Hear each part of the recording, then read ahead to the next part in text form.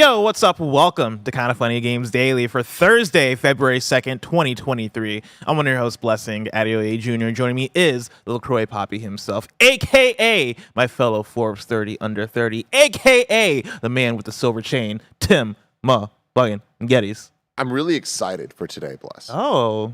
Because tonight, I'm going to watch Ant-Man and the Wasp. Not Quantumania. Just Ant-Man and the Wasp. Because tomorrow we're doing a review rewatch for it. And you're excited about I haven't seen that movie since I saw it in theaters. And then a couple months later, I saw the second half of it on the back of a plane seat. Okay. On a flight. Okay. I have not seen it since then. And you are excited about this rewatch? I am excited for the rewatch because I feel like every time we do a rewatch, I appreciate the movie more than I did the first time.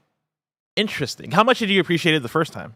I thought it was good enough. I thought it was funny, but I thought that we didn't like it mainly because it was in between Infinity War and Endgame, and we were like, we want to get to the damn story. I don't want this literally side story, side story. I think Ant-Man and the Wasp might have been the first Marvel movie I went to go see with y'all. Wow. Which memories. Doesn't sound. It might have been before I still worked at Kinda Funny, but I distinctly remember actually seeing that with y'all because I remember us all reacting to the post-credit scene to that, being like, "Damn, that's crazy." That shit was crazy. But I'm excited to watch it. But your reaction is as if this is the worst movie. No, it's not the worst movie in the history of time. It's just not high on my Marvel list of movies. Which, when you're talking about Marvel movies, right? I think you're talking about a list that's pretty competitive when you bring in a Ant-Man into the mix, right? Like, is that going to compete with Iron Man? Is that going to compete with Spider-Man? Is that going to compete with Avengers? All these other things. Ant-Man and the Wasp. My memory of it, because I watched it, the last time I watched it was in theaters, and I came away from it being like, oh, that was fine. Maybe it was funnier than the first movie, but that was about it, right? Like, I didn't really care for the villains. I don't even think I could tell you what the storyline was, aside from Ghost as being a ghost, and Lawrence Fishburne is in it. What does Lawrence Fishburne do? I couldn't tell you. Does he get big? Well, he used to get big. Oh. There's pills that can help with that, though. Yeah, there's pills that can help out. That's really good, man. I'm excited, though, because I feel like it's one of the movies that we all kind of just wrote off because of its context and placement of release. But, again, we did Ant-Man 1 last week, and it's like, I'm with you that, Ant-Man as a series is lower on the tier list for all of us. Yeah. But it's like, if that's low, it's really damn good. Ant-Man 1 was a blast to rewatch. So I'm excited for this one. But you'll have to stay tuned. Patreon.com/kindafunny tomorrow, or for everyone else on Monday. There you go. Let me tell you, I'm very excited about Ant-Man 3. Yeah. I think that's going to be a banger. Yeah. I think that one's going to be one for the books, right? When you're talking about Jonathan Majors coming in as Kang and doing the Kang thing. Like, doing the Kang thing. I cannot wait for Jonathan Majors to do the Kang thing. That's like one of my top most anticipated movies for the year. Yeah, I'd probably put it up there. Probably my most anticipated Marvel movie for the year. Because there's not really that much. What else is happening for Marvel aside from Ant-Man Quantumania? Guardians 3. All right. We have the Marvels. Marvel seems cool. But I don't know if that's gonna touch Ant-Man for me. This next Ant-Man I'm very excited for. I keep forgetting your distaste for Guardians 2, Blessing, and it upsets me. Yeah, I have such a distaste for Guardians 2. I really loved Guardians 1. But it wasn't until the second watch of Guardians 1 where I was like, oh, this is fantastic. Well, have you done a second watch of Guardians 2? I don't think I have. I don't think that's fair. We got that's it, everybody. Point. You got me. We got it. Yeah, one thing I want to shout out before I get into the rigmarole. Shout out Nick Offerman. Because Nick Offerman did an interview this morning, or last night, I don't know when, where he talked about his last gaming experience, talking about how he doesn't really play video games anymore, because the last time he played a video game, he got so addicted that he had to retire from the medium. That video game, Tim, Banjo-Kazooie. Good. I saw that clip. That clip is making the rounds right now, and let me tell you, that warmed my heart. Rare doing the damn thing. Heart. Yeah. My rare little heart. I love it. Gotta love it. Good for him. Good for Banjo. Good for the bird. And you know what, Tim? Good for news today, because let me tell you, news is popping off. So let's talk about today's stories, which include a rumored Nintendo Direct, a canceled Titanfall game, and more, because this is Kinda Funny Games Daily. Each and every weekday at 10 a.m. live right here on youtube.com/kindafunnygames and twitch.tv/kindafunnygames. We run you through the nerdy news you need to know about. If you're watching live, you can correct us when we get stuff wrong by going to kindafunny.com/you're wrong. If you don't want to watch live, you can watch later, youtube.com/kindafunnygames, or you can listen later on podcast services around the globe by searching for Kinda Funny Games Daily. Remember, you can use Epic creator code Kinda Funny on all Epic Store and Epic in-game purchases like Rocket League and Fortnite to help support the channel. To be a part of the show, head to kindafunny.com/KFGD to write in with your questions, squad ups, and more. And remember, patreon.com/kindafunny will get you the show ad-free, plus a bevy of bonus content. BBC. Housekeeping for you. The Streamer Awards are back, and we need your help. Kinda Funny killed it this past year, so we'd love to get some of that sweet recognition. If you go to thestreamerawards.com, again, that is thestreamerawards.com, you can nominate us. It's free and it's easy. We're asking you to nominate Kinda Funny Games for Just Chatting, Andy Cortez for Souls-like Streamer, Kinda Funny Games Spare Bedroom Launch for Streamed Event, Andy Cortez for Variety, Kinda Funny Games for Content Organization. It'll take you 1 minute and it'll mean the world to us. Again, go to thestreamerawards.com. Content organization at first blush sounds like some Marie Kondo shit. Like that's really, really funny. Yeah, content organization. I gotta arrange the content in my Does house. this content spark joy? You gotta spark. Kinda Funny does spark joy, right? Most of the time, sometimes. I hope. When we That's give the good goal. reviews to the games you like, we spark joy. So, yeah, definitely go support. That's really cool. The Streamer Awards. I do get a little scared of when the is in front of something. It gives me like flashbacks to the shit list when we cover the gamer. Yeah. Yeah, the Streamer Let Awards. me tell you, we're recording the shit list after this, actually, Yes, for we are. Patreon. I got a banger for you, Tim. I got a banger for you. But you can only get that patreon.com/kindafunny. Speaking of Kinda Funny games, our Hi-Fi Rush review is up right now as a Kinda Funny Xcast. That is, of course, up on youtube.com/kindafunnygames. I make a guest appearance on that episode, and I have a lot of things to say about Hi-Fi Rush. It is me, it is Mike, it is Paris. Go check out that episode. It's a really fun one. They also talk about Age of Empires, and they review the new Age of Empires games. How do they feel about it? I have no idea. I pieced out by that point. I don't care about Age of Empires, but Mike does, and so go check out their review of it. And a really good conversation about the future of Halo and the state of Halo. There you go. Very good episode. I'll say. It seems like this Xcast has a future in it. Mm-hmm. You know. Oh yeah. You know. That's Snowback Mike. 125 episodes in, it's got a future. I think they're starting to ramp up that Xcast. I think they're starting to make a bright future for themselves. Thank you to our Patreon producer, Delaney Twining. Today we're brought to you by Grammarly, but we'll tell you about that later. For now, let's begin with what is and forever will be the Roper Report. It's time for some news. We have 7 stories today. A baker's dozen. And a surprisingly large percentage of these stories are brought to you by Jeff Grubb. Let's God. start with story number 1. A new Nintendo Direct could drop next week, it is claimed. This is Tom Ivan at Video Games Chronicle. Oh, I mean, yes. You just don't want to go through this again. We go through this all. Oh my God, this is Ghost of Jeff. Is that real Jeff or is that just a JPEG? Because I can never tell anymore. A new Nintendo Direct showcase could be held next week. It's been claimed. Asked about speculation that a Nintendo Direct presentation could take place this month, Giant Bomb reporter Jeff Grubb said he'd heard that a showcase is planned for the week beginning on February 6th. Quote, "Everything I'm hearing, and it's all just sort of reiterating it, it continues to be the week of February 6th, he said. Over and over and over again, every little detail I get is, basically, a week from now, we should be hearing about all this stuff." He added, quote, "I think it's probably late in the week. So if February 6th is going to come around and we're not going to hear about it and people are going to freak out like there's nothing happening, first of all, I'm not guaranteeing it for that week.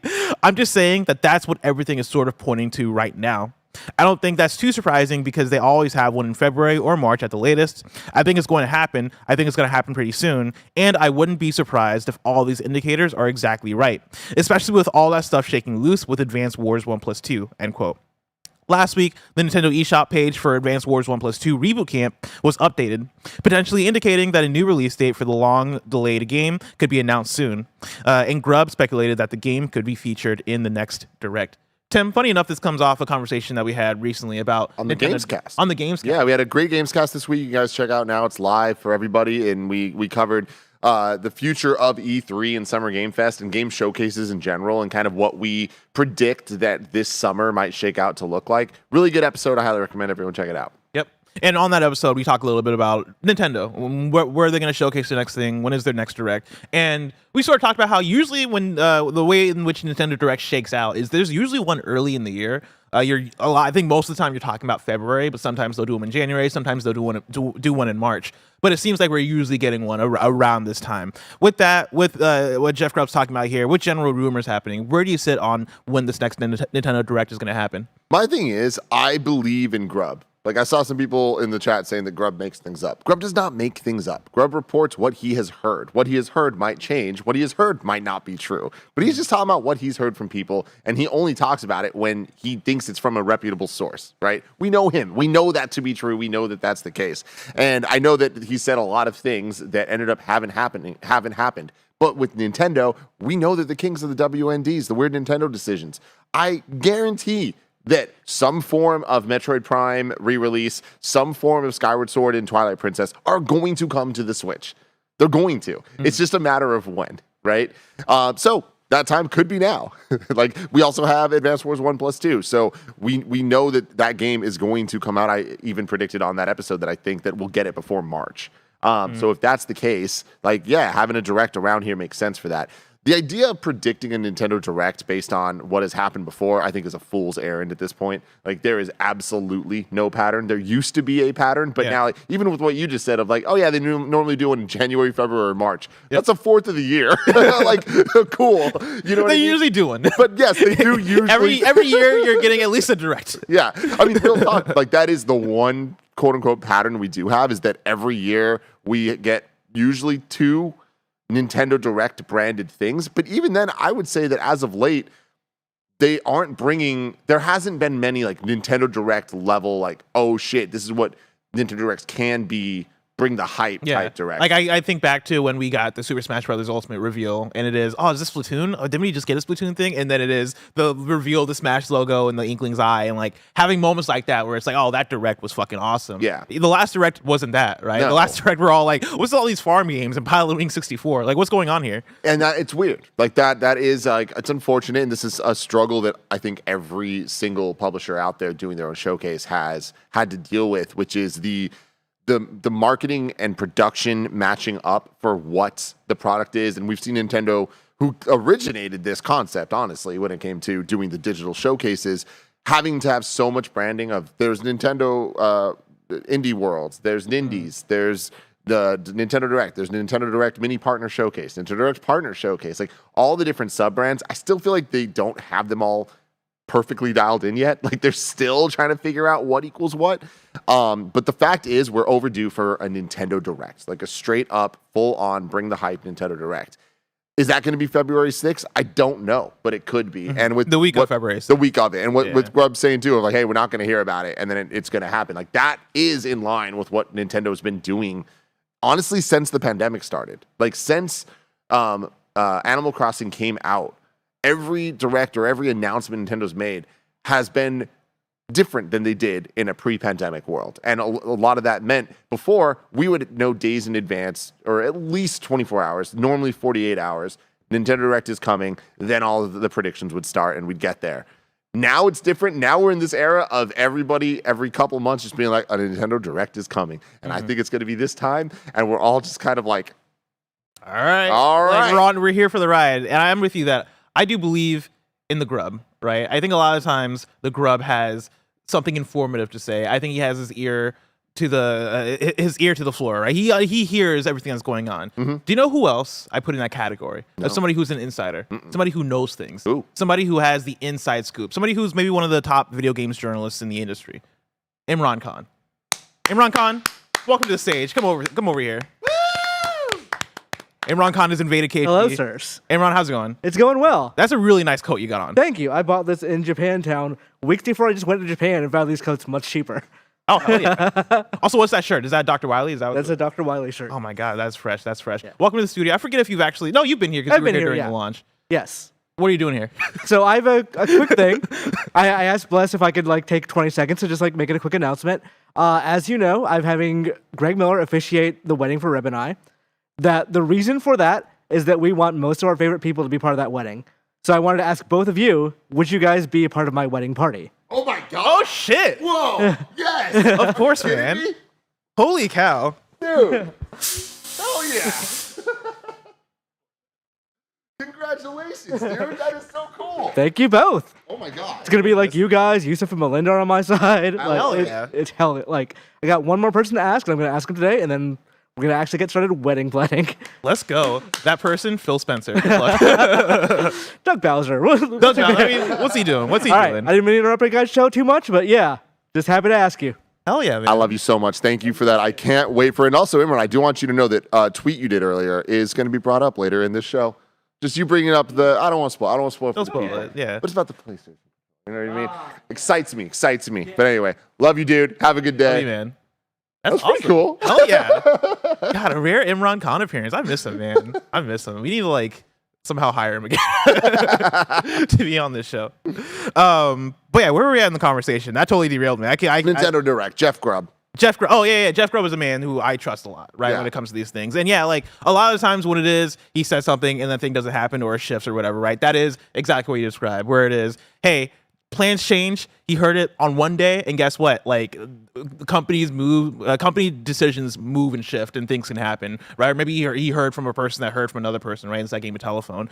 I think there could be some credence to this thing happening next week. There have been rumors outside of the Jeff Grubb talking about it, and I haven't been putting it on this show because it is that thing of Nintendo Direct rumors are happening all the time. Which ones can you trust? Which ones can you not trust? I think for me, it coming out the mouth of Jeff Grubb, and now me even reading it from Video Games Chronicle, enough people are talking about it to where I'm like, all right, this is at least worthy to look at. Yeah. My question, and this is I think a tangible thing that we can talk about, regardless of whether this is happening or not, is if this does happen, if we wake up Tuesday, February 7th, and Nintendo has a tweet that says a Nintendo Direct is happening on Thursday, February 9th in the morning. Probably too early for us, but we're still going to wake up and do it because that's how we do.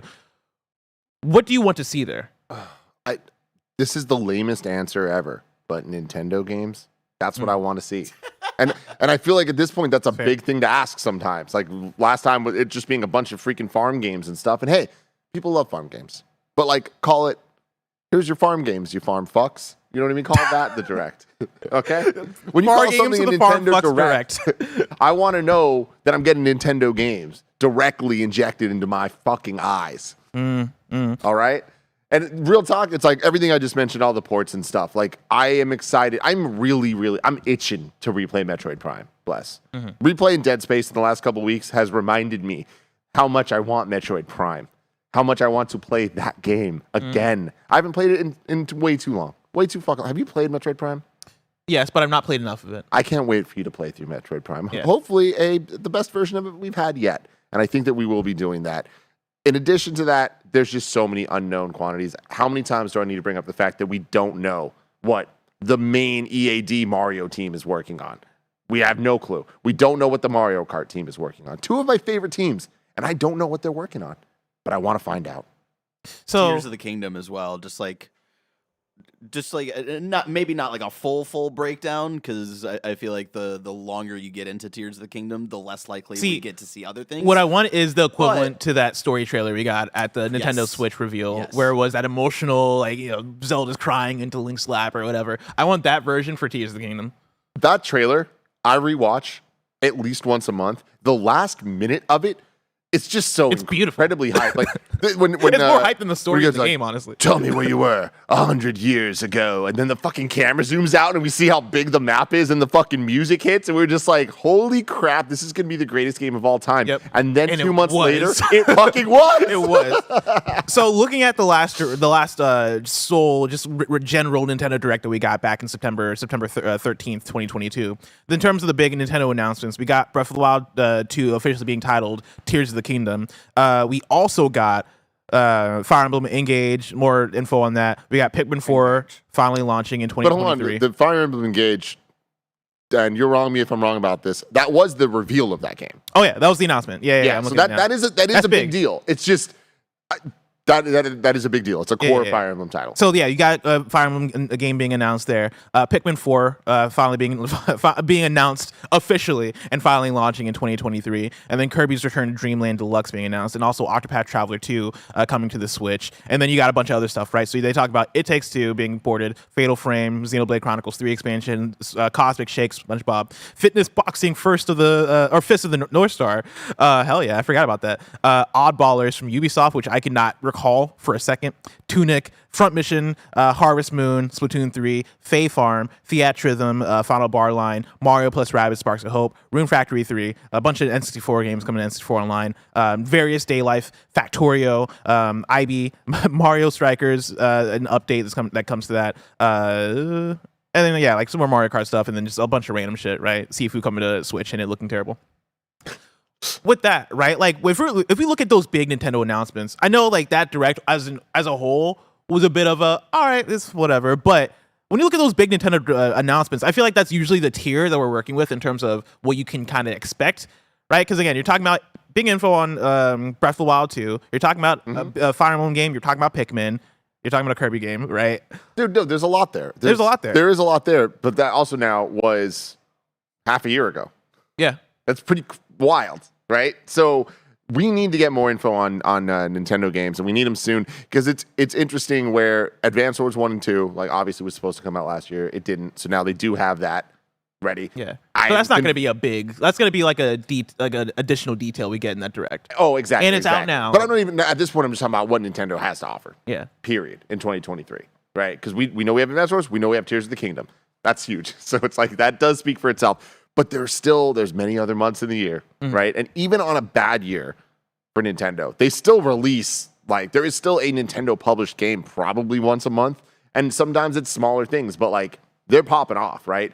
I think it's been a while since we've even had one of those 2019 years where we get the Link's Awakening and the Luigi's Mansion 3, like that tier of Nintendo game that are like beloved and super exciting, but they're not the biggest AAA new 3D Mario, new 3D Zelda type stuff. But we are now due, for the first time in a long time, we're due the top tier stuff and the second tier stuff at the same time. Will they pull that off or not? I don't know.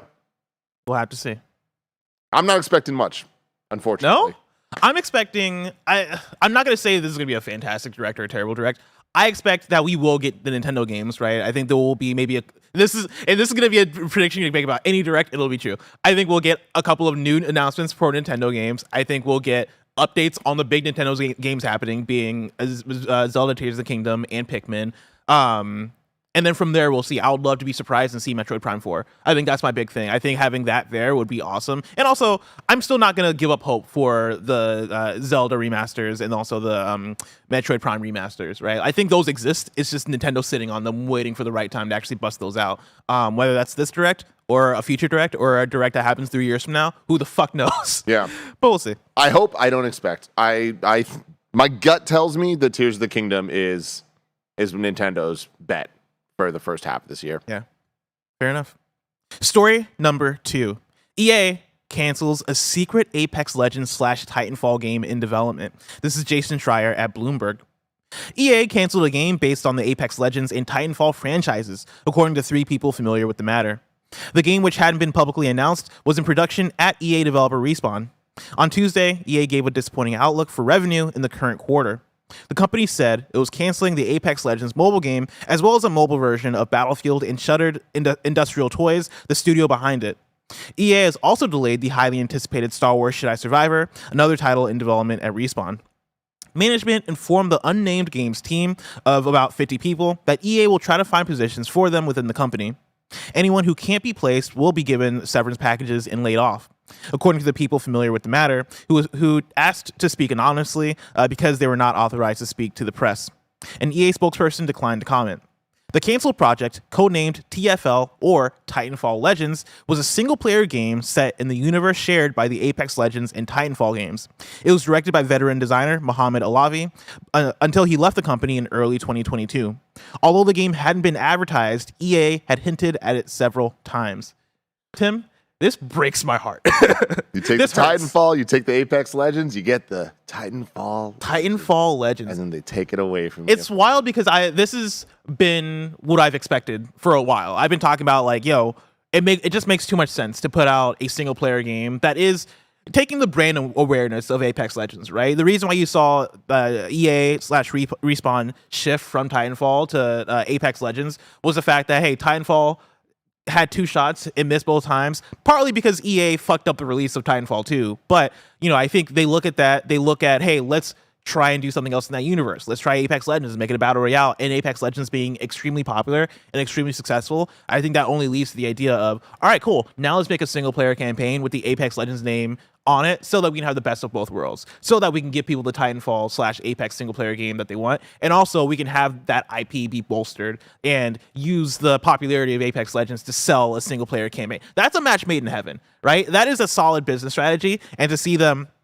after their financial report earlier in the week, right, talk about how they're shutting down the Apex Legends mobile game and also shutting down the Battlefield mobile game and delaying Jedi and doing all these things. This getting cut with all that hurts. I feel like it's a bad move.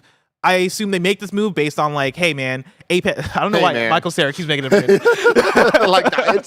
We're fucked now, Bless. This is forever now. There he is. Well, he's back. All the ghost of Michael Cera is back. But I think it is them looking at Apex Legends and going, well, we know that this works. We know the amount of money we're making on this. Do we want to take a risk by making a single player game, especially when we do already have projects like Jedi and like other single player projects in the works at EA? I can see how they get to this, but I still think it's a bad move. I think the world deserves an Apex Legends / Titanfall single player game. Just bring my boy BT back. I miss him. Oh man, BT. Remember the Bear? You played through the Titanfall 2 campaign. Yeah, it's been a while. It's probably been since 2017. Been too long. It's been too long. Tim, did you play through the campaign? Oh God, yes. It's so freaking good, and yeah, this is sad. Like the problem with where we're at right now, talking about the story, is like, is it a bad move or is it a sad move? Is it a little bit of this, that, whatever? Mm-hmm. Like, I am not convinced that putting out Titanfall Legends, that game, even no matter how good it is, would succeed enough financially for them to be like, oh yeah, this was worth the investment. I get this move from how they're talking about it. That sucks. It's not what I want. I want to play this game. I want to play this game very badly. I just, with the state of the industry now, this does not surprise me whatsoever. And it being combined with the cancellation of the Apex Legends Mobile, that's the thing that surprises me more, because we've seen Call of Duty Mobile find major success in the mobile space. So for them to be pulling back on that, that says to me like, oh, they didn't figure out how to make the money there, right? So it's like, cool, we've now seen an EA, mainly due to Respawn, find success with the Battle Royale model, and also find success in a time where single-player games, unless you're Sony, don't got the stuff. Put out Star Wars and have the stuff, and now all eyes are on Survivor, and we expect it to have the stuff, especially with the delay. We're like, cool, take your time. We get it. We know what's going on here. We expect this game. Like, the expectation is that Jedi Survivor is going to sell well, and it's also going to be at minimum an 8 out of 10. I would say we're hoping, and we're not crazy to think it's going to be a 9 out of 10. Am I right there? No, you're right. Yeah, I'll put it in there too. Like, I think that's very telling and important. Whereas Titanfall Legends, the game doesn't exist in our minds really. So it's like, well, let's just say a Titanfall 3 with a little bit more Apex Legends branding. Titanfall 3, but I think the branding would be titled Apex something. Whatever it is. Yeah. I can see that reviewing really well, but I still don't see it selling that well. I see it selling better than Titanfall. It's tough because it depends on what it is. You know, I think Titanfall, those games were bolstered a little bit by having, or at least Titanfall 2 had both the single player campaign and a multiplayer mode to go with it, right? And so I think both of those being quality helps its sales. Whereas if it was just a campaign, I'm sure for EA they're like, oh, that's a little bit harder to sell. And for what Titanfall Legends is, it seems like that would just be a campaign, which is interesting. And I would think that would depend on how you package it. The dream it would for be me. It would be the dream. And even if it is like put it out for $30 because it is just a campaign, and I expect that to be 8 hours, 9 hours. So put it out at maybe a cheaper price. But EA, of course, probably does not want to do that. And to that, I get like to that on some level. I'm like, you know what? I understand that.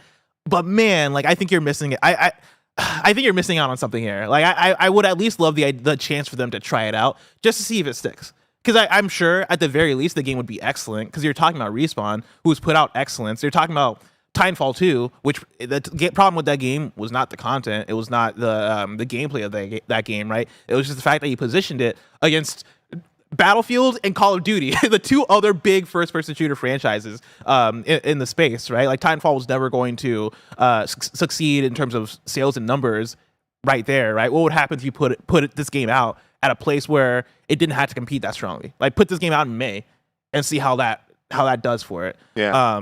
You bring up an interesting point though about like different price points for if it was just a single player game. And I think that's interesting when you look at the success of different genres in video games over the last couple decades and how each generation kind of has standout things that you expect from it, like dating all the way back to the NES, you think 2D platformers. You move on to the 16-bit generation, a lot of RPGs, JRPGs specifically, right? So on and so forth, whatever. We get to where we're at now. And shooters, first-person shooters have kind of dominated for a very long time. They've evolved, they've changed, they've grown of what that means. Before, I would say it was campaign single player shooters. Then it turned into, or like GoldenEye type on the couch things, or hyper competitive Counter-Strike, things like that on the PC side. Then it got kind of homogenized during the Call of Duty era where, cool, it's multiplayer. Like, that's what matters most. Call of Duty still had banger-ass single-player campaigns for so long. We're at an era now that even those, like, they're just aren't enough. We see all the stats of how many people like even complete the campaigns. Then Call of Duty like has it as a whole package. They also have Warzone. They have XYZ. I'm really bummed about the concept of a world where single-player first-person shooter campaigns are budget titles. Like, that's exciting from a value perspective, but what that means for what they're going to put into it from a budget perspective and like what that game is capable of achieving, we've just gotten so AAA, quadruple A budget crazy when it comes to what we expect from a first-person shooter campaign because it's attached to these big machines of the multiplayer and making a shit ton of money there.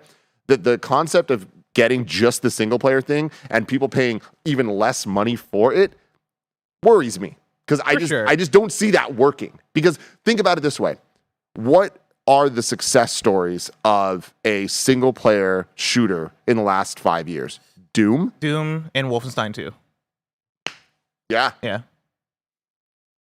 Xbox got some money there. They got that's some fair. power. Yeah, and like that's the thing, right? And I'm gonna bring in this question from Christian Buckley, aka Christian Get Buck Buckley. He doesn't. I added that to his name, if I'm being honest, right? He doesn't go by that. You go by that now, Christian. Christian Get Buck Buckley writes in and says, "Did EA cancel Titanfall Legends because they knew it would be too powerful and make their other FPS games look worse?" Genuinely though, I can't remember the last must-play FPS campaign in a AAA game other than Titanfall 2. Is the rare breakout success of service games enough to make the prospect of funding a great traditional campaign worthless to the execs calling the shots these days? I'll shout out Bungie for making a 10 out of 10 campaign with the Witch Queen, and Lightfall will probably be just as good. But those are just expansions. It's ironic this is the state of things when the original Titanfall followed this game's service structure with light story elements in its multiplayer suite. Curious to hear your thoughts, and as always, keep crushing it. And again, like talking about the success stories or the must-play FPS campaigns in the space, in kindafunny.com/you'rewrong/chat, let me know. I go directly, and people are throwing out Call of Duty and stuff, right? And even Deathloop. I'm talking about like a traditional first-person shooter campaign single player. I think it really is Doom and Wolfenstein. And like, give me more examples, Chad, if you can think of any like big AAA ones like that. The answer is Call of Duty, though. Like, you can't take away the fact that. But like, are people buying Call of Duty for the campaign? But people, whether they are or not, They do exist. They exist at a really expensive level, a standard level. So putting something else out, you're comparing it to that. I guess, right? I guess what I'm talking about for single player campaign is the fact that if Call of Duty didn't have multiplayer and came out as just a single player game, I think that would be the worst selling Call of Duty in the last 15 years, right? Like, we got the vice versa thing. But here's a question for you, though. What up? It would be the worst selling Call of Duty in 15 years, but would it sell better than Titanfall? Yes. Oh yeah, I see where you're getting. I see where you're coming from. You know what I mean? Like, sure, it would sell less than the best-selling games every year, but I think it would still sell more than any other like that genre game, and it would do it at $70. Yeah, I guess my $70. I don't know. Well, it would still sell better than Titanfall, but I think Titanfall is a whole different thing, right? Titanfall is just as an IP name, not as strong as a Call of Duty, and even as like I wouldn't say as strong as a Doom or Wolfenstein. That said, right, we got the opposite, where they put out a Call of Duty game. I think it was Black Ops 4, Black Ops Cold War, kindafunny.com/you're wrong. You can tell me what. I think it was 4. 4 that came out with just the multiplayer and no single player campaign. And if I recall correctly, that game did fine, right? Like, that game like stuck within the trend of Call of Duty. I know people are out there that care about the Call of Duty single player campaign. I don't know if they're out there in numbers enough to like justify the idea that a single player campaign for a shooter, right, if you're putting that out alone, is going to be a success for execs, right? Doom and Wolfenstein 2. This is another question I'll throw at y'all, and Tim, you might know. How did those do number wise? Like, were those success stories? And Doom sales? was a success for sure. Yeah, Wolfenstein. I don't think I don't know about, but was as much of a success as Doom.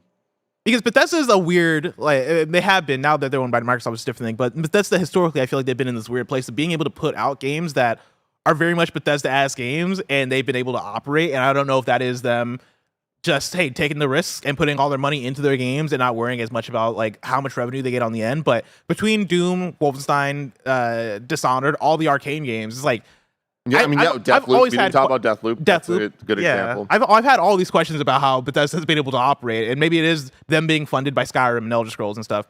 I mean, that's not wild. That's how this industry works sometimes. That's why we get a new Skyrim every 6 months on a new platform that you've never heard of. I mean, honestly, yeah. But all that said, right, it does look a bit dire for single player first person shooter campaigns that are like, AAA full priced. Bless, are you saying single player games are dead? Again? No, not again. We're back here. But no, the thing there, though, is I do think that it has to do with genre and with the trends of the industry and how you make money from different genres. And shooters, their value used to be campaigns, and their value then turned to multiplayer, and then it turned into games as a service. And that's the world we're in, where they need to find the value in a first-person shooter campaign from an exec level, from a critic level, and then from a just community level of people wanting to play the game and buy the next one, and I feel like EA is looking at this and they're like, we don't have that figured out yet. Mm-hmm. But I'm happy that we're getting Jedi Survivor because there's a chance we weren't, For sure. That wasn't a for sure thing, but they found the success and they continued with it. All things considered, though, this is a fucking bummer. Of course. I think that Respawn, I want to see Respawn do everything. Like, I just trust them. They make great fucking games. And like going back to the shooter comment, I just want to see more first-person shooter campaigns. And maybe the solution is to explore the price scale a little bit. I wouldn't mind playing a $30 first-person shooter campaign. Maybe that does mean that you don't get as big explosions and as big of a production budget on it, but I think it's something worth exploring. I'm very curious to check out Atomic Heart because that's coming out soon, and that looks bonkers. Mm-hmm. And maybe that hits, and maybe it is something special and something cool. That could be an example of what we're talking about looking for. Yeah, for sure.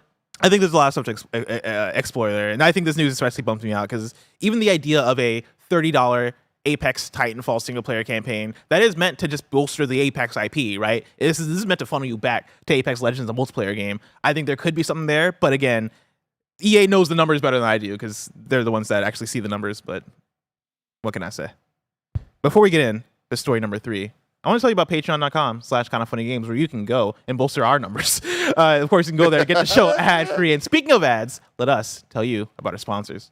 Shout out to Grammarly for sponsoring this episode. From essays to emails, Grammarly's communication assistants can help you write with confidence. Grammarly is a must-have for every student. Best of all, it's free to download and works on all your favorite devices and apps. A ton of us here at Kinda Funny have been using Grammarly for years, and Joey specifically is a huge fan. She says, and I quote, Grammarly is used with everything. Emails, tweets, even writing our weekly schedule. Sometimes my brain works faster than my fingers, and it's nice to have a second set of eyes. The free versions of Grammarly offers comprehensive writing suggestions, a tone detector, and a synonym feature, all to help you proofread your work as you write, so you can be sure it's mistake-free and polished before submitting. Grammarly Premium comes with advanced features like Clarity Full Sentence Rewrites, which flag and rephrase hard-to-read sentences. Premium even comes with plagiarism detection. From essays and projects to emails and presentations, improve your grades this semester with Grammarly. You can sign up for an account today at Grammarly.com/kindafunny and get 20% off when you're ready to upgrade to Grammarly Premium. That's GRAMMARLY.com/kindafunny. Grammarly.com/kindafunny. And we're back, Tim, with story number 3. Marvel's Wolverine could release as soon as late next year. This is Andy Robinson at Video Games Chronicle. Insomniac's Wolverine game is reportedly targeting a mature rating and could release as soon as next year. That's according to Giant Bomb reporter Jeff Grubb, who shared supposed details on the in-development project during a live stream on Thursday. Quote, hard R is what they're looking for. That's one of the concepts that I've heard, Grubb said. There's got to be a better way to phrase that, Jeff. Quote, I think an M-rated Wolverine could work. I think an M-rated superhero game could work. And this is probably the right character, end quote. He later added, quote, they will also avoid having any links or anything that evokes the Fox movies. They want it to stand on its own. I was trying to nail down the setting, and I've heard it'll start before he joins the X-Men, which also makes sense for a Wolverine game. Maybe the surprising thing for me is that I've heard 2 different dates. I've heard as early as fall 2024, which would be wild. Insomniac is putting out a Spider-Man 2 game this fall. I've also heard internally that they're still very much talking about 2025, so let's not be surprised if that's what happens, end quote. The Wolverine game was announced during a PlayStation Showcase event in September 2021, as was Insomniac's Spider-Man 2, at which point it claimed the title was in very early development. Tim, are we getting this late 2024? It will be 2024. You're crazy. Take it to the bank. Absolutely not. Shake on I'll it. take it to the It's bank. happening. Pizza. It's happening. There's pizza. It'll It's be happening. my. It's Insomniac, man. You're crazy. My prediction is that it's announced for 2024 and then it gets pushed to 2025. Yeah, that's a fair prediction. Yeah. But has that happened to an Insomniac game yet? No, I guess not. And have I we guess made not. that prediction about them before? Yes, we have. Yes, we have. And I'm gonna I don't stick know. with it. Something about it, I'm like, this feels like late 2024. That sounds right to me. Like Spider-Man 2 this year, it's like that. Spider-Man 2 this year sounds less likely to me than Wolverine late next year. And I think we're getting Spider-Man 2 this year. So I think we're getting Wolverine. You're a madman. I'm excited about that. I think it's cool. I also think that these are the type of like rumors and targets and stuff that like, who the fuck knows what's going to happen in the next year, let alone 2 years to get to Wolverine on the, there's Groundhog just popped up. Oh, Groundhog. Groundhog Day? Is today Groundhog Day? Today is Groundhog Day. Oh, shit. Did he see a shadow? What happened? Yeah, I sent a video to random that you have to watch later. Okay. Of them holding the little homie, and like it is fantastic. Honestly, cute. Tim, you sent that out. I was like, I don't remember them going all out like growing up and stuff because it's a big like Midwest thing, They and went I all don't out. remember like a whole like soliloquy being fucking performed for Groundhog's Day. It was awesome. It's so weird. But yeah, so I can't wait, dude. Yeah. Insomniac. Here we have back-to-back Respawn and Insomniac stories. Sure, one's potentially positive and one's negative, but hey, Sure. we're talking about two of the goats out there right now, and I'm very stoked on this. The idea of it being M-rated is also very cool and exciting. That's very awesome. I think you would want an M-rated Wolverine game. I want to see blood on those claws, Tim. Yes, I get it. I want to like fucking like get in there, like pull it out, like its guts and shit. Uh-huh. You know what I mean, Barry? God. Barry knows what I mean. Yeah, man. Yeah. God, give me this game. Give me this game. Story number 4. Gear 6 is reportedly the Coalition's next game after 2 other titles were canceled. This is Tom Ivan at Video Games Chronicle. The Coalition has reportedly shifted its full attention to the next entry in the Gears of War series after 2 other games in development at the studio were canceled. During his Game Mess morning show on Thursday, Giant Bomb reporter Jeff Grubb claimed everywhere. Xbox's Canadian studio was now full steam ahead on Gear 6. The Coalition said in May 2021 that it was preparing to transition to next-gen development using Unreal Engine 5, and shortly after, the LinkedIn profile of one of the studio's level designers claimed they had been working on a new IP. Grubb claimed the Coalition was at one point working on 2 now canceled projects, in addition to carrying out support work on Halo Infinite and working with Epic on the Matrix Awakens Unreal Engine 5 tech demo. Quote, they've canceled that smaller project, as well as another project, so there have been two games canceled there, he said. Quote, this is all reflected in the layoffs that happened at Microsoft, which did hit the Coalition a little bit. The studio is now going to move on fully to Gear 6. I say now, it has likely moved on to Gear 6 in full over the course of the last year, but definitely that will be their next game, end quote. Tim, you are a Gears person. How does this strike you? I wouldn't say I'm a Gears person. I loved Gears 5. That is true.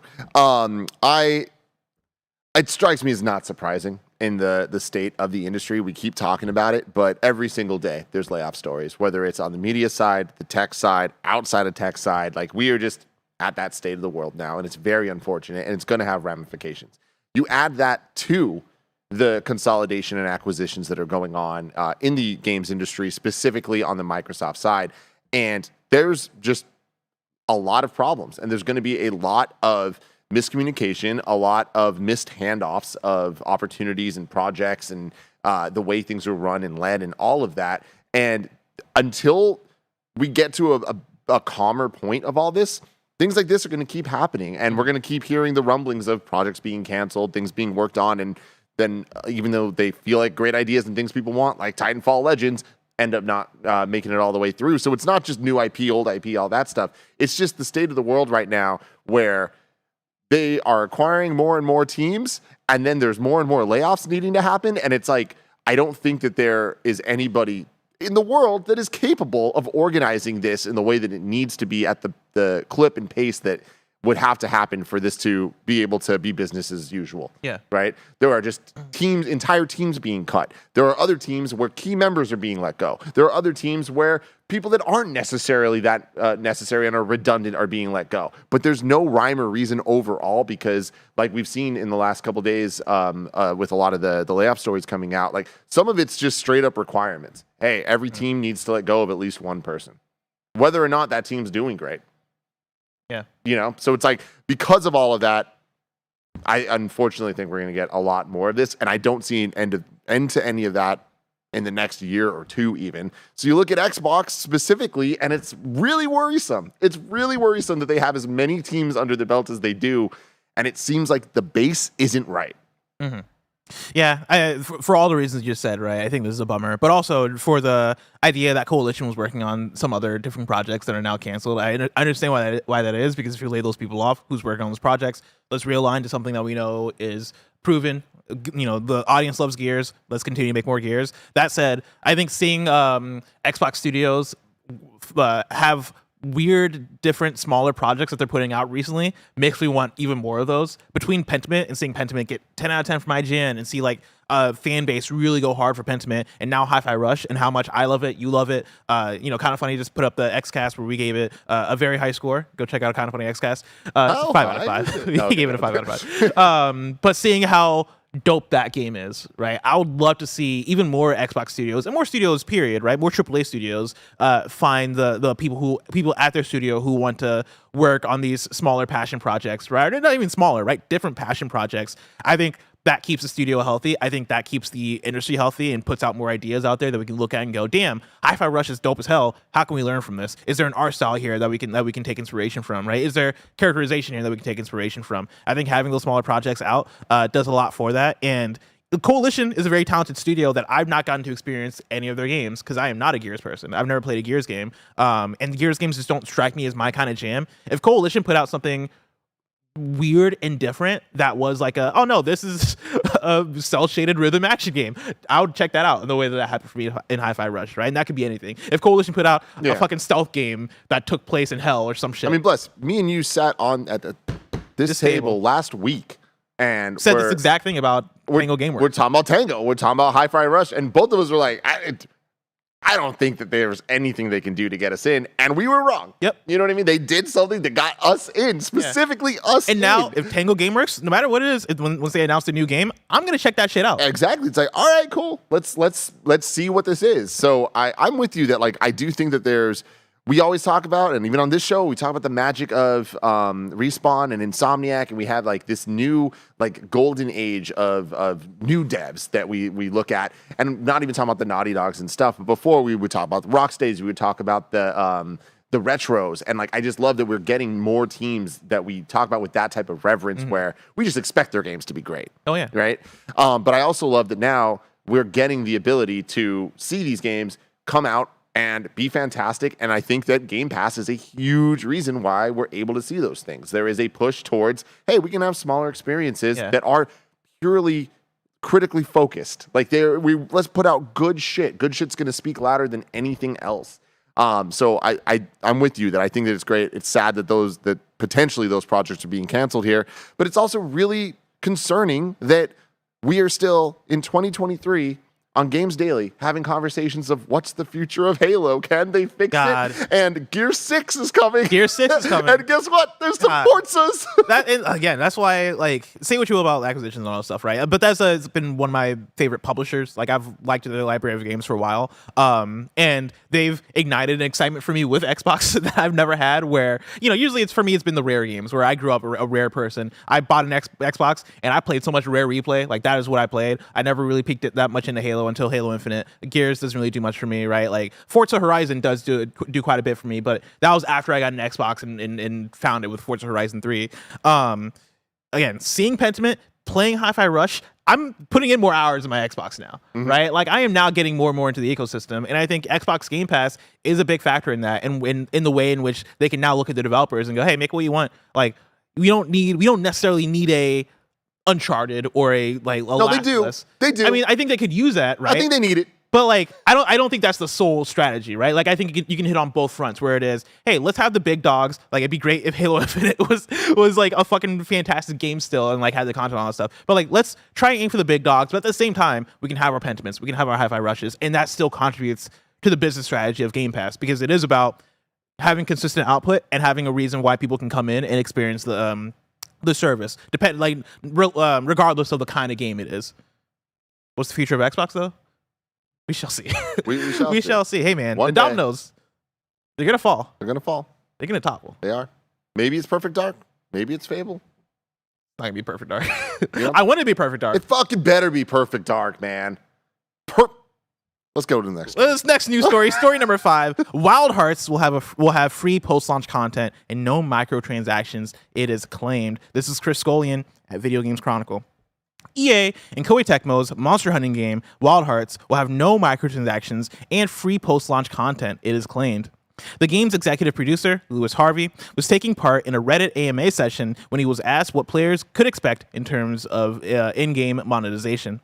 Quote, "All post-launch contents will be free, including new kimono and more," he replied, adding, quote, "We don't have any plans to feature microtransactions," end quote. Kimono are the game's large monsters, which players hunt either alone or with up to 2 other players in co-op. Elsewhere in the AMA, Harvey also stated that players wishing to play the game solo can do so completely offline, and that there is a post-campaign endgame with more powerful kimono, which will be expanded with the free content updates. Not all of Harvey's answers were positive, however, as well as confirming that there's no female-specific armor in the game at launch. He also noted that the game won't be supported on Steam Deck, though he added, quote, "Hopefully we can get to this in the future," end quote. How fucking dare you, Wild Hearts developers, not have this game running on Steam Deck at launch? No, I get it. It's difficult. Oh, I thought you were talking about the no female specific armor. Oh, I mean, that too. Get on that also. That's an important thing. Yeah. But also make the game a little playable more on Steam important Deck. there, I would say. But, I also get the financial side of the Steam Deck thing being important for them, too. Yeah. I saw in the chat here, oh, damn it, it went by. But an important point, this is EA, no microtransactions. Yeah. We've been talking a lot about EA, and I know it's a bummer day with them canceling a project we all wanted, but like EA's making. I think overall, moves. when you look at the top-down view of the last few years of EA, they've been making good steps. And Wild Hearts is an EA original. We've been looking at EA originals a lot higher now. Yeah. It Takes Two was Game of the Year at the Game Awards, right? Why? Like, what was the game before It Takes Two? A Way Out. Yeah, A Way Out. Really fun game. Mm-hmm. Like they're having more and more wins as we go on. We just got Dead Space. Tangled. Was that what it's Unraveled? Unraveled. Was that Yeah. year? That was the year, yeah. But yeah, between Dead Space coming out and being fantastic, Wild Hearts now coming out next month. And honestly, like, Wild Hearts, I think, could be either way. Like, I could see people playing it and being like, oh man, the same Monster Hunter. But if this hits as a Monster Hunter competitor, I think that's going to be big. And looking at the trailers for the game, I think the game looks really cool. I really want to check it out. I'm going to check it out. I'm pretty sold on trying it. I think they might have something here. And yeah, it's nice seeing that this game isn't going to have microtransactions and it's going to have free content updates, because I think people would understand if they did have like DLC drops and shit, right? Like Monster Hunter had Sunbreak, and I guess this doesn't count out big DLC expansions, but it's really cool to see them get in front of it and go, hey, you're going to get content. You're going to get more monsters and shit for free. If you want to fight a robot bear bless with an umbrella, do I have the game for you? Oh yeah. I can't wait for it. Story number 6, we got PlayStation financial results. This is Marie De Alessandri at GamesIndustry.biz. Sony has unveiled its financial results for the 3 months ended December 31st, 2022, which is its Q3 for FY 2022. That's fiscal year. FY stands for fiscal year, everybody. With God of War Ragnarok driving a very strong quarter for PlayStation. Dig me that look. You're just such a fuck. Sony saw a healthy increase in sales compared to the same period in the year before, which attributed to its significant increases in its game and network services segment. For Q3, that segment saw its sales soar 53% compared to the previous year, which it attributed to increased hardware and first-party sales, with God of War Ragnarok having launched within that period. Sony Santa Monica's title sold 11 million units on PS5 and 5.1 on PS4, for a combined total of 16.1 million copies shifted in total during the quarter. The game segment's operating income was up 25% as well, though Sony noted an increase in costs, for instance, associated with the acquisition of Bungie. 7.1 million PlayStation 5s were sold during the quarter versus 3.9 million during Q2 FY21 and 3.3 million during Q2 FY22. Digital software also saw a healthy 34% increase year on year, while network services rose 19%. First-party sales were up from 11.3 million units for the same quarter in 2021 to 20.8 million units in 2022. But when looking at combined software sales, first and third party, the numbers are actually slightly down, with 92.7 million units sold in 2021 versus 86.5 million in Q3 FY22. A lot of numbers here. A lot of numbers. To take in. A lot of FYs. Are there any that really stand out to you? Because there's two for me that I think the thing that stands out to me is the fact that God of War Ragnarok is carrying this thing on his back, right? And I think it's God of War Ragnarok plus the availability of PlayStation 5s that's really driving an increase in revenue. But yeah, last quarter seems incredible for PlayStation, right? Like they doubled. It looks like they doubled compared to last quarter in terms of console sales, if I read that correctly. They're killing it. Yep. And yeah, I think a lot of that is due to God of War Ragnarok. So, due to God of War Ragnarok, a single player only game. Important to point out there. And granted, we're talking about one of the biggest Sony developers ever. So it's like that's what they do. But they do it to great results, both critically, both what we love to play, and the sales are here. I think it's really important to point out 11 million units sold on PS5, 5.1 million on PS4. Does that surprise you? Because with all the talk that we've had the last couple of years of like, you don't want to leave that user base out, you don't want to leave them out, and you don't, 5.1 million is wild. That number alone is going to be more than most games will ever sell, and that's on last gen console for this game. I don't know if the 16 million is correct. I think it's 11 million for both consoles. For PS5 and PS4? Yeah, because Santa Monica tweeted yesterday, "We're incredibly humbled that Ragnarok has officially sold through 11 million copies." Did they qualify on PS5 or did they just say 11 million? They just said 11 million copies. So that tells me that's That's total. interesting. Yeah. So I think there might have been a mistake on games industry. Yeah. I do want those accurate numbers because that's a game changer. Because I was about to use that to make my argument from like I was talking to Greg yesterday, the thing that I've talked to you about what's the next fastest selling PlayStation game, right? And that's part of my argument is the fact that these PS4 units is still selling a lot, right? If we're going by these numbers, which now we got to double check, that's half of the units, or not half, sorry, that's a third of copies sold on last gen hardware going into Spider-Man 2. It's hard for me to imagine that they're going to be able to match that up without having that on previous gen hardware. I don't think it's a problem. I think it's going to sell hardware. But just for the sake of the argument of like the fastest selling PlayStation game, God of War Ragnarok, I feel like might be there for a second. But we got to check up on these numbers to see if they're accurate. Because yeah, I'm looking at the Sony Santa Monica tweet, and it is, "We're incredibly humbled that God of War Ragnarok has officially sold through 11 million copies. None of this would be possible without the support of our fans." And that was tweeted yesterday. I feel like if it was a total of 16, they would have said. They would have said that. Yeah. It's weird the gamesindustry.biz would get that wrong. That seems like they're... Yeah, I wonder if it says that in the actual the PlayStation press release. If you have access to that press release, or you know where to get that. I don't know where they would get that. But. That's really interesting because that must be from the press. Because I imagine gamesindustry.biz is copying and pasting from the press release, and so that'd be really interesting if PlayStation says it this way and Sony Santa Monica is only reporting the 11 million. I wonder if there's some weirdness or context we're missing there, but we can figure that out as we go. Story number 7, our second to last news story, because we have a breaking news story. Sony is testing Discord voice chat on PlayStation 5. This is Matt Purslow at IGN. A new PS5 system software beta has added Discord voice chat and variable refresh rate support for 1440p displays, among a number of other upgrades. Announced on the PlayStation blog, the new system software is available for beta participants in the US, Canada, Japan, UK, Germany, and France. Its main feature is the addition of Discord voice chat, which allows cross-platform calls through the popular Discord system. Users will need to link their Discord and PlayStation Network accounts to use the service, and then begin a call on the Discord mobile app before transferring it to their console. It seems a little more fiddly than a standard PSN party, but will no doubt be very welcome to those who frequently play with friends who are on Xbox and PC. The other headline feature of the beta update is variable refresh rate, support for 1440p resolution displays. This allows smoother visual performance when using a VR-compatible HDMI 2.1 display, provided the game supports VRR. VRR can be enabled from your screen and video settings.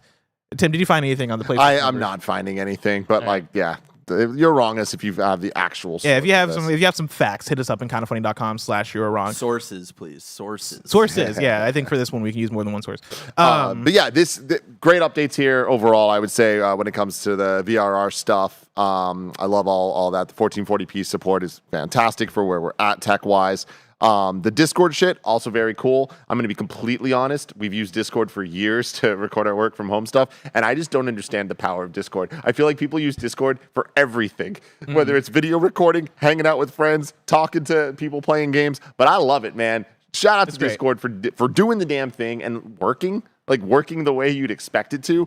So I like it being the standard. I love that Xbox has had it, and I love that PlayStation has it now. Now I can finally play Fortnite with Joey and Kevin and not have to set up my PS5 at my desk to jump into a Discord call. I'm so excited. Yeah, I love wear it. 2 headphones at the same time. That's what I do. Exactly. I put all my that earbuds stuff. and I put in my headphones over my earbuds. So I think it's great that they're doing this now. And the more ubiquitous they can become, I think the better for the industry overall. Yeah. But there's one update here, Bless, that we didn't talk about in the news story, but I think is very important to bring up because it makes me so happy. Barrett, can you please bring up the tweet from Imran the Don Con? I did not have The Don? that prepped, so. Oh, sorry, my bad. Give me a second. We're going to have to give Barrett a second. As Barrett's pulling that up, I do want to shout out. I used Discord on Xbox for the first time last week because I was hanging out with a friend while I was playing Hi-Fi Rush. And let me tell you, Discord integration is great. Like, once PlayStation gets this, I think it's going to be a game changer because it is nice to be like, hey, just join me on Discord. You're on PC. I'm on my Xbox, and we're just chilling. We're just chilling. So this is the tweet. Imran writes or highlights a bit of the blog post here. Wireless device update for DualSense wireless controller. You can now update the DualSense wireless controller device software with a wireless connection. If you have trouble updating the device software wirelessly, connect your controller to PS5 using the USB cable. Update it. You'll be able to update wirelessly for the next update. Thank God. This is going to save me 2 to 3 minutes a month. Okay? Yep. And I am so happy for it. This has been one of the most annoying things about the PlayStation 5 for me, where I feel like the goddamn DualSense controller needs to update like constantly, it feels like. And it's because you're not actually doing it. It's because you like let it. You're like, I'll do it next time, and then you boot it up, and you're like, I'll do it next time, and it's so two weeks of that pop up happening whenever you turn that get thing the on. fucking cable, you plug it in. It's a whole goddamn endeavor. Is it really that big of a deal? Not at all. But am I very thrilled about this? Yes, everybody. Yes. Thank you, Sony. Thank you for listening. We did it. Final news story. Story number 8. This is breaking news for you. We got some Turtle Rock news. They put up a blog post today saying, "Greetings, cleaners." What did you just call me, Turtle Rock? Greetings, cleaners. What an amazing year 2022 was for us. First off, we wanted to thank you all for making Back for Blood what it is today. With 3 expansions, Tunnels of Terror, Children of Worm, and River of Blood, we've traveled on a fantastic adventure together beyond the walls of Fort Hope. This phase of our war against the Ridden now comes to a close. Turtle Rock Studios is actually pretty small for a studio making AAA games. We don't have quite enough folks to continue working on Back 4 Blood content while we spin up another game. Yes, another game. Given this, it's time for us to put our heads down and get back in the lab and get to work on the next big thing. Intrepid cleaners, this is not a goodbye. Damn. And Back 4 Blood will continue to operate, of course. In fact, Back 4 Blood is currently offered on PlayStation Plus Extra and Premium tiers and available as part of Xbox Game Pass. You'll also find us hanging out in the subreddit, the Discord, yada yada. While we may be a bit quieter in the short term, we promise that we'll be back bigger, bolder, and better than ever. With Back much was love. capitalized. Back was capitalized. Ooh, yeah, that's interesting. With much love and gratitude, Turtle Rock Studios.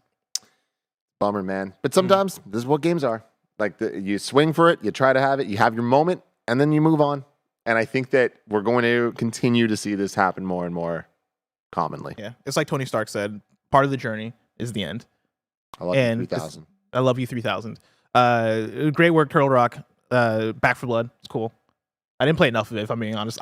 This goes back to what we've been saying all week. I'm part of the problem here, where I didn't play enough Back 4 Blood. But I am excited to see what they do next. I hope they continue to do like different kinds of multiplayer games that like we don't get enough of nowadays that people do love, right? Like, 'cause Turtle Rock, were they Evolve? Did they do Evolve? Mm-hmm.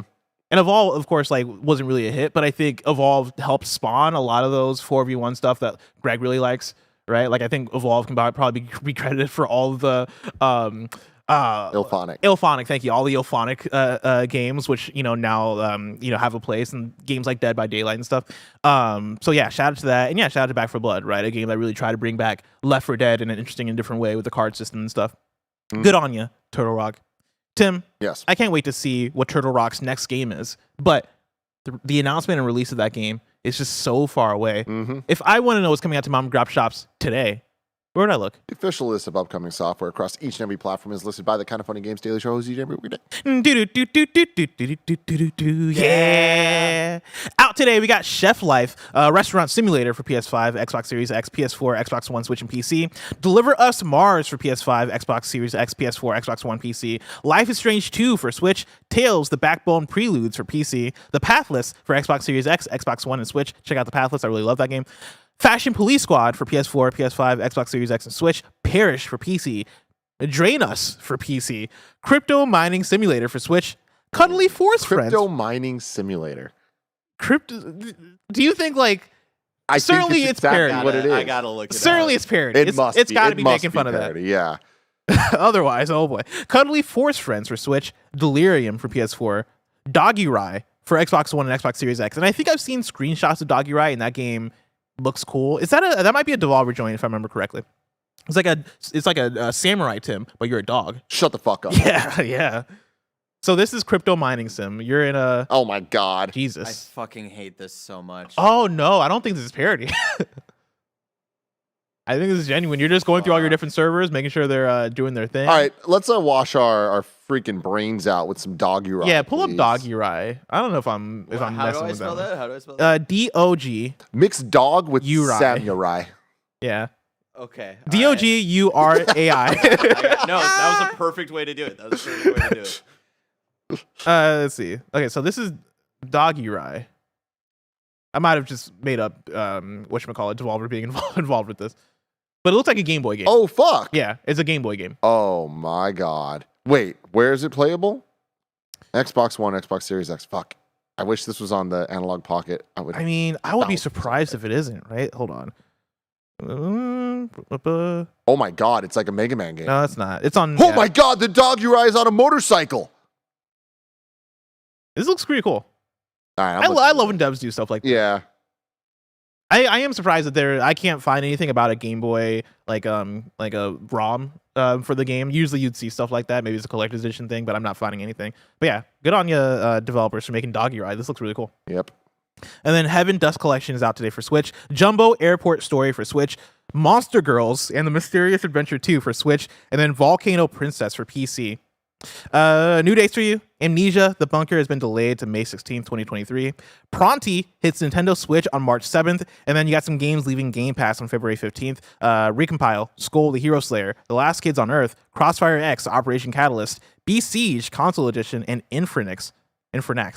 All leaving Game Pass. Play that left yesterday, is what you said? That's leaving February 15th. So you got 2 weeks. Play Infernax. Infernax is cool. That's the Castlevania looking game, right? Yeah. I mean, you make choices along the way that gets you into secret boss fights and stuff like that. It's really cool. Kevin and I played it at GDC last year. I forget. It was some Oh event, yeah, some event. I know exactly where you played this. Yeah, I think that was GDC. Deals of the day for you: Chainsaw Man Season 1 is $4.99 on Amazon Video. That is not a video game; it is an anime. But I've heard good things about Chainsaw Man, so this is really a deal of the day for me because I got to check And out. if you want to check Chainsaw out Man. a review, you can check out the first episode of Kinda Anime that went up a few weeks ago, where Mike and I talked about it. Yeah. Thanks to your support, patreon.com/kindafunny. We got to do the show Kinda Anime, and it's free for everybody now. So thanks to the people with paying the money, the people without the money get the stuff for free.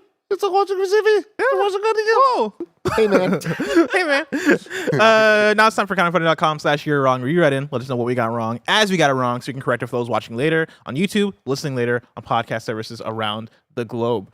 Lanky Dragoon writes in and says, when talking about Grub's previous rumors, Tim said Skyward Sword and Twilight Princess could be coming to Switch. Skyward Sword is on Switch. Wind Waker HD is the port that is rumored alongside that. You right. I told myself I was going to play Skyward Sword. Never did. I told Because myself that it's not a bad port. It's not. It's not. I told myself that It's all the like, best way to play that game ever. and it was just a time and commitment thing for me, where I was like, all I need is for them to remove the motion controls. I'll play that game, and then they did it, and I was like, maybe not. Maybe I lied. I'm sorry, Nintendo. I lied. Nano says Wolfenstein 2 sold 1.13 million units as of 2019. Charles Jacobson says, missed news. Redfall will require an online connection even in the single player. I appreciate that. I did see that. I did include it because we've had some full news days. But sure, let's keep us honest. Keep us honest here. And that's it. For kindafunny.com/you're wrong. Tomorrow's hosts for Kinda Funny Games Daily are gonna be Tim and me. That's right. We're back at it like a bad habit. If you're watching this live right now, after this is Dead Space with Andy, Nick, and Greg. I don't think Greg's on that. I'm gonna say Dead Space with Andy and Nick. If you want to catch that stream later, Greg's hanging out for a little bit. Is he? I think so. Because I think I heard him come in the office like this morning and was like, "Hey man, my name's on the thing. I don't know if I'm on the thing." Oh, okay. That's my Michael Cera as Greg Miller. We need a Hey Man shirt. And we also need a Games Daily back at it like a bad habit shirt. Oh, 1,000%. Like, I don't know how it would look, but it'd be cool. Okay. Joey Noel, get on it. Is she in charge of that? I don't know people's positions at this job anymore. Things change and shift. Things do change. They do shift. Well, there you go. That's been Kinda Funny Games Daily, of course. Each and every weekday, live right here on youtube.com/kindafunnygames and twitch.tv/kindafunnygames. We run you through the nerdy news you need to know about. Until next time, Game Daily.